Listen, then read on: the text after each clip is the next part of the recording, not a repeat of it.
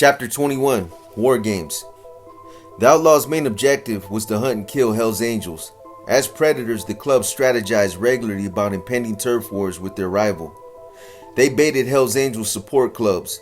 The Richmond area only had two, like the Desperados, hoping to lure them onto foreign turf and entice them to battle. They feared the Hell's Angels might absorb the support clubs and become an amorphous power mass on the East Coast. To thwart that effort, the Outlaws staged assaults. One at the Cockade City Grill in downtown Petersburg erupted in a full riot. The Outlaws' plan: dispatched 3 small-boned outlaws dressed in full regalia and colors to enter the bar and initiate a confrontation with members of the Desperados. The expectation: the Hells Angels would join their comrades inside and unwittingly submit to be ambushed. The strategy: outlaws, those not wearing colors, armed with assault rifles, brass knuckles, and revolvers, would man the perimeter, trapping the rivals inside. The players, the agents, lest the Outlaws' Copper Region, North Carolina vice president and alibi served outside as human barricades. The orders: shoot to kill. The night of the big showdown, I contracted food poisoning and spent hours vomiting up spoiled mayonnaise in a downtown nearby hospital. But Gringo recounted the details. As Desperados filtered through the large double doors at the bar, a blizzard of violence hit them. Fists dented faces and tabletops, brass knuckles slashed flesh, beer bottles shadowed glassware and countertops and slammed into walls. The Cockade City Grill dissolved into a blur of bodies. Desperados fled. One took a bottle to Gringo's head. A jagged glass edge left an angry red gash above his left eye. Gringo struck his assailant with the baton. Fighting spilled into the street. One desperado, cornered by outlaws, brandished a Bowie knife, the blade glittering in darkness. Les drew his revolver. His finger flirted on the trigger as he prepared to drop the gangster like a ragdoll. Bobby and JD firmly gripped their guns. It was kill or be killed. Then a siren wailed in the distance. Bikers instantly dispersed. Violence rippled like stones over the scene. "You think you'll make it into the next one?" Gringo teased me. I smiled weakly. "The poison's almost out of my system." Gringo laughed. "It'll never be out of your system." Nurses gave Gringo 14 stitches. Apart from impromptu fights, bartending proved to be our biggest challenge as prospects.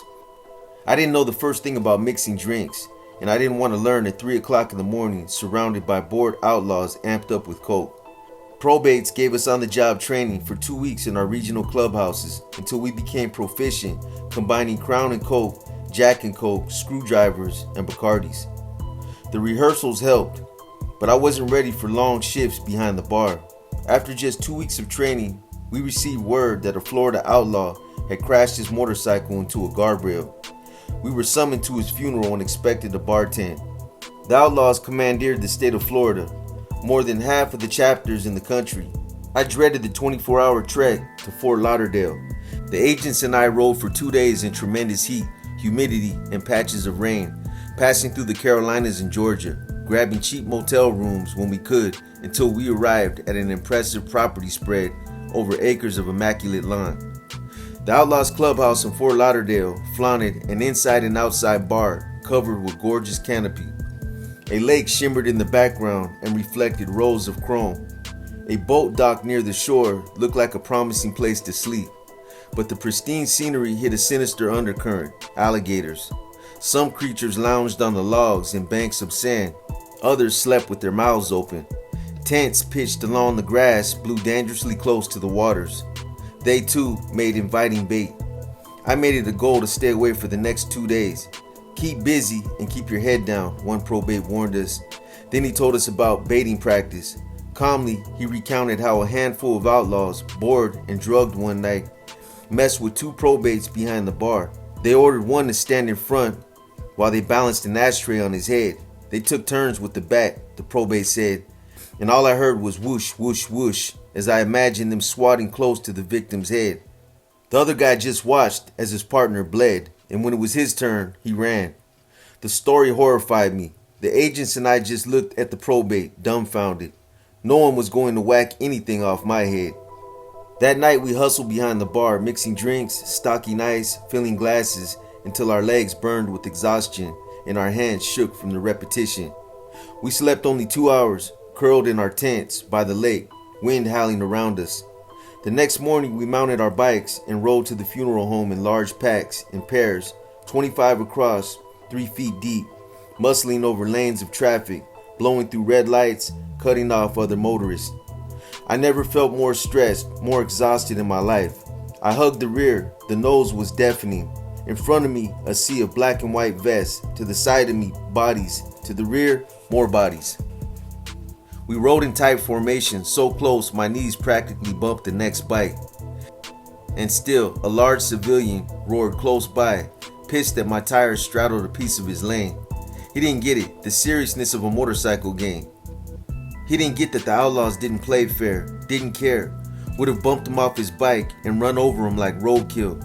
I waved the motorist away, hoping he would take his exit cue, but he persisted, coasted next to me, shouted in the wind, "Move over, motherfucker."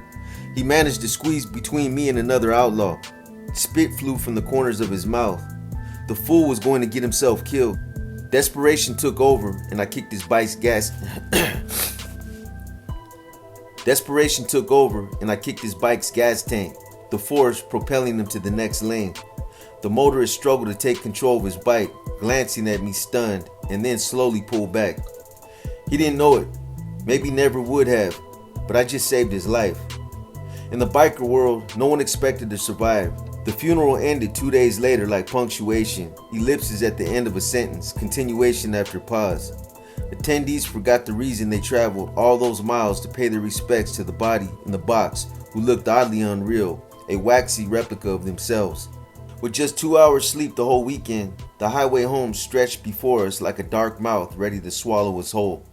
The agents and I, exhausted and worn, nodded off, barely able to steady our bikes. We pulled into a motel to nap. I didn't think I would make it. None of us did. Sleep enveloped me like a heavy fog, and at first, I thought I dreamed the call. "There's been another death," Gringo mumbled over the phone. It took me a minute to process his words. An outlaw crashed his bike leaving the funeral. Our attendance at the memorial service was mandatory, but the thought of repeating another biker funeral on the heels of one we had just left nearly finished me. I was done. My body couldn't do it. Mentally, I protested. "I'm not going. Investigation over. I didn't care." I hung up, fell asleep. The phone shrilled again. "We didn't have to go," Gringo breathed. Relief shuddered over the line. 3 weeks later, we attended the National Daytona Run, an annual 3-day event held in Florida.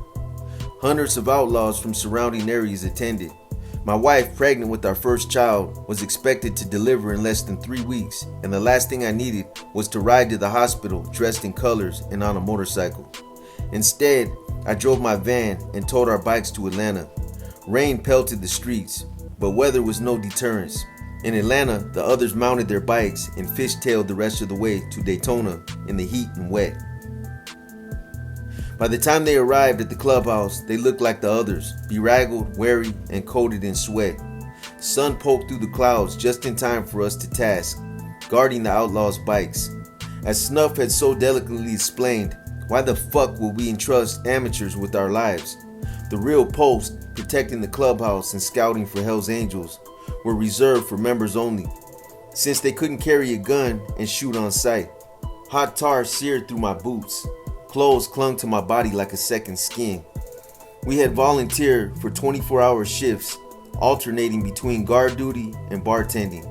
Periodically we slept, sometimes for a whole 3 hours. Heat beat my face. Occasionally, members threw us bottled water, but after the first few hours, fever raged inside me. Fire burned in JD's cheeks. A red band circled his throat. Neither of us had sunscreen. My throat was parched, but I dreaded the long path through the clubhouse to replenish water. The gauntlet made me easy prey for members, and instinctively, I knew that if I ventured past their roving gaze, I would never quench my thirst. Snuff added to our tension.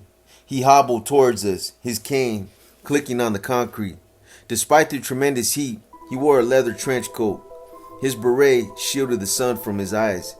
He circled us, whacked us in the shins with his cane, then, for fun, whispered in the shell of JD's ear, "I'm hunting Hell's Angels."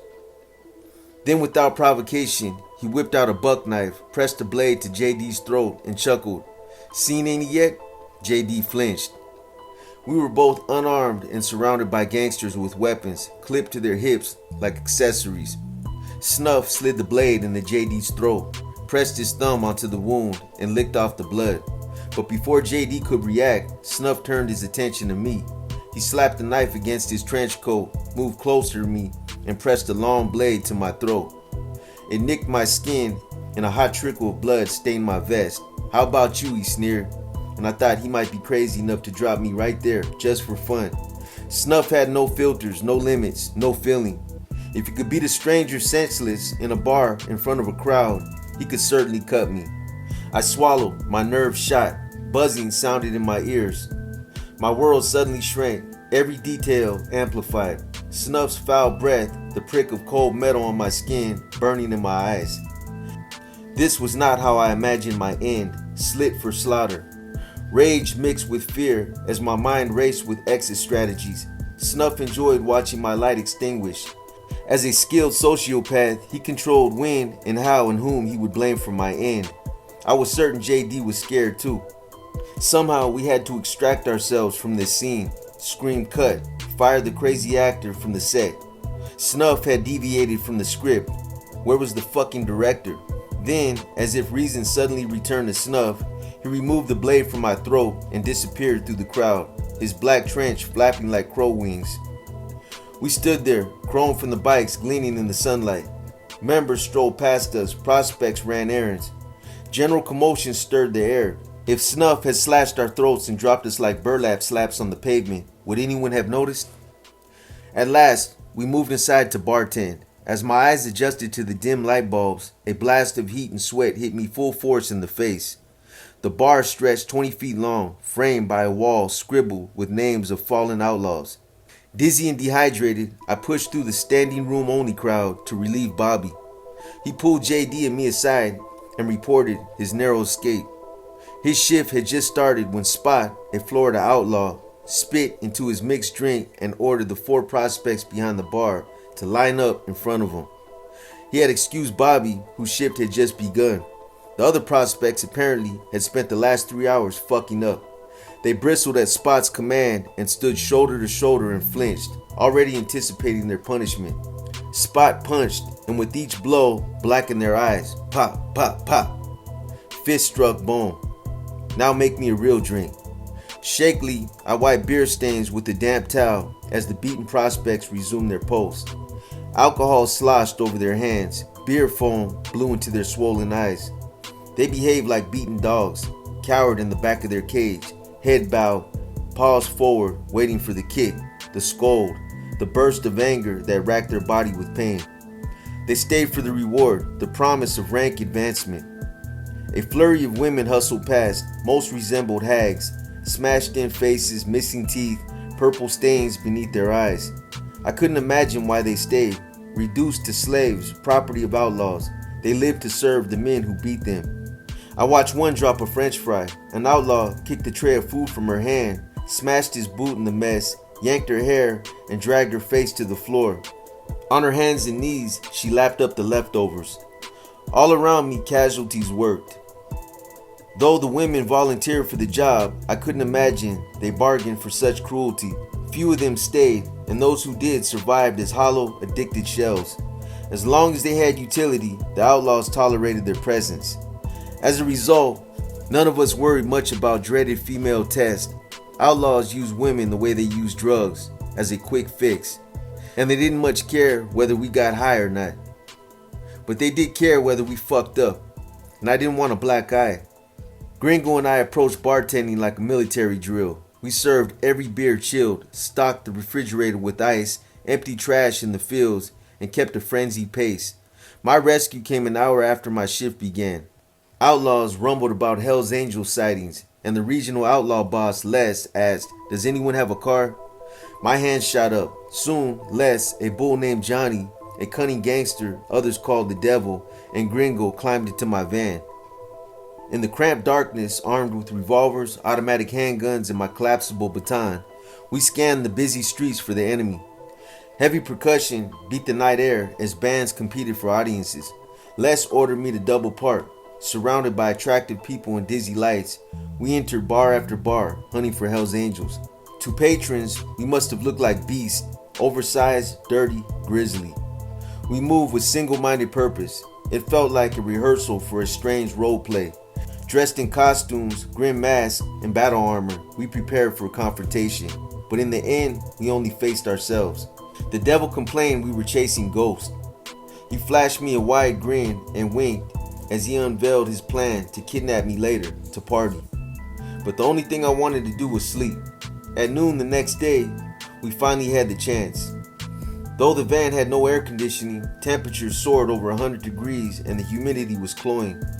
Gringo and I crawled inside, sweaty, smelly, and exhausted.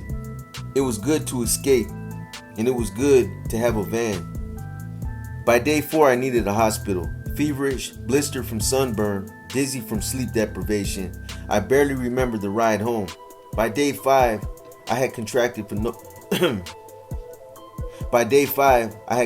pneumonia. Confined to a cot in a white room, plugged with IVs, I drifted off to my safe place, my subconscious.